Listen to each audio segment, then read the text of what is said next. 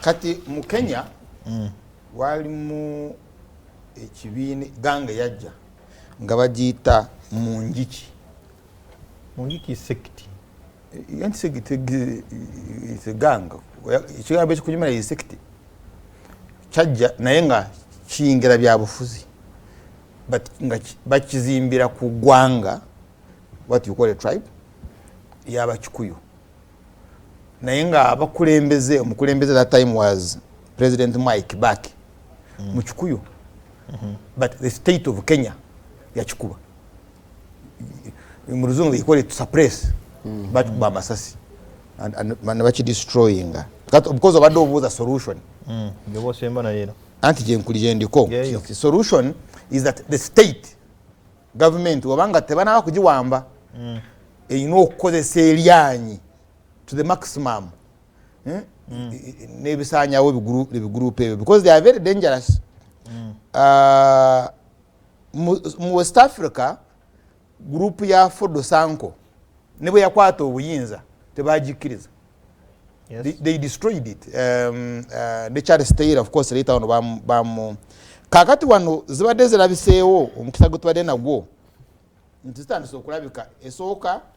bwalaba engeri gye balumba Jeje Odongo akulira police yali akulira Ministry of Internal Affairs mukuzika Kirumira General Jeje Odongo yes afande Kirumira oli was a district police commander yali officer wa Internal Affairs onazo okumuzika ye minister we ayogerera police bamuyitani enanga ayogerera police there yali Kayima Emilian Kayima baba kuba amayinja kati mistake the state did aho bone and bade bafuna and suppress them one of Besije you remember balumbira Besije wano the good news waliwo gate bandu bade babasalawo mwena nalumanya ne salumanya ne mu bitebya kati ku mukono gwange wano neiba wa mauli atusi wacha mambo yako gangs ya alisala kwena the Holy Spirit movement yali borabe ndwana ye bwalimu eriko dwar barmoy there is a way they make people drunk so I'm not surprised kula ntabiraba it's normal ate zikozesa they have a code chobala wabado ofuna messages wana kati muvume kino but siwoli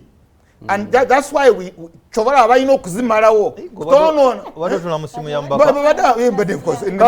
bagame nimbe bana esinza kusuka kwa wano kwade message nga bakwana kutwala mawulire gafagesigika ebirozo byowulira program eno byabateesa nga bwe mbakuleetera Joshua Musasi Nsubuga mire nambola nyirutalo agesigika akumata kumira mpeera wangala nnyo Ssaabasajja Kabaka